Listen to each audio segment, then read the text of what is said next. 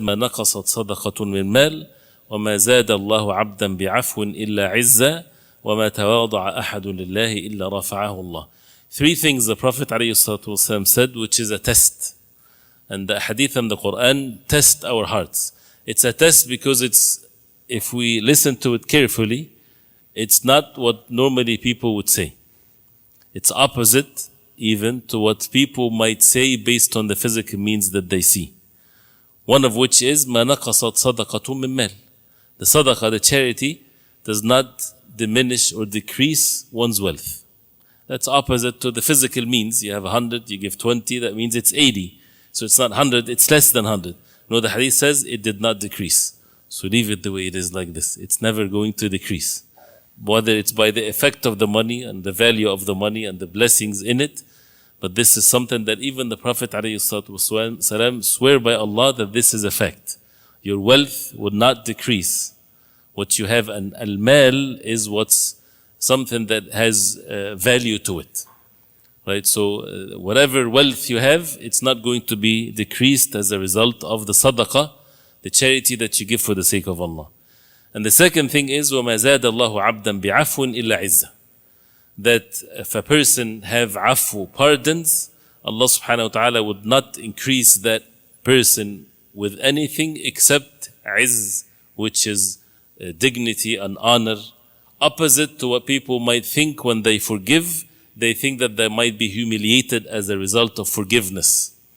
If you pardon someone that wronged you, not pardoning someone that did not do anything bad to you. No, someone did something bad to you. And you know that forgiving, it will bring something better. Like especially when people are living together, husband, wife, things like this, even if they are divorced. So to pardon people, to have that spaciousness, to have that generosity, to be able to pardon others, you think, or the shaitan would whisper, that this will make people take advantage of you. The Prophet ﷺ said would increase your izz and honor, because who's the one that is going to give you this izzah? Allah subhanahu wa ta'ala.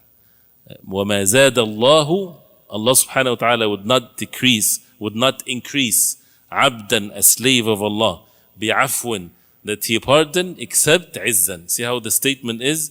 That means nothing going to be more for him except the izz, which is the dignity and the honor. That means definitely it will be there for him. And the third part is وَمَا تَوَاضَعَ أَحَدٌ لِلَّهِ إِلَّا رَفَعَهُ اللَّهُ. And there's no one تَوَاضَعَ لِلَّهِ.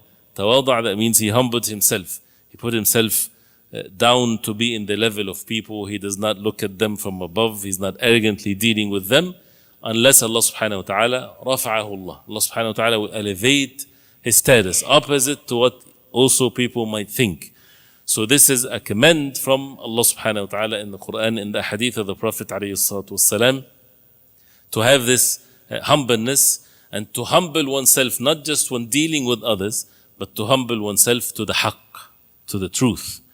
So as it's also mentioned in the verses in Surah Luqman, that one of the ways of the disbelievers, that if they are called to follow what Allah subhanahu wa ta'ala brought down, وَإِذَا قِيلَ لَهُمُ اتَّبِعُوا مَا أَنزَلَ اللَّهُ, if it was said to them, follow what Allah subhanahu wa ta'ala brought down, they would say, قَالُوا بَلْ نَتَّبِعُ مَا وَجَدْنَا عَلَيْهِ آبَاءَنَا.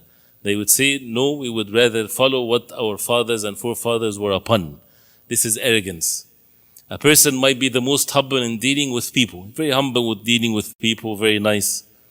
But he is the most arrogant because the haqq, the truth, when it's presented to him and he knows that this is the haqq, then he turns away from it and he would choose to follow falsehood.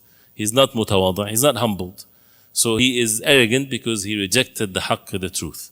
So to have the tawadu' when it comes to the haqq, to the truth, and to have the tawadu' while dealing with others, as you see always in these matters, there's the rights of Allah and the rights of the human beings, and it's all acts of obedience and worship to Allah subhanahu wa ta'ala. So we ask Allah subhanahu wa ta'ala to make us among those who listen and follow the truth. May Allah subhanahu wa ta'ala bless our gatherings with the deen of Allah subhanahu wa ta'ala and the humbleness. Wa sallallahu wa sallam wa baraka ala Muhammad wa sahbihi wa sallam. Jazakumullahu khairan.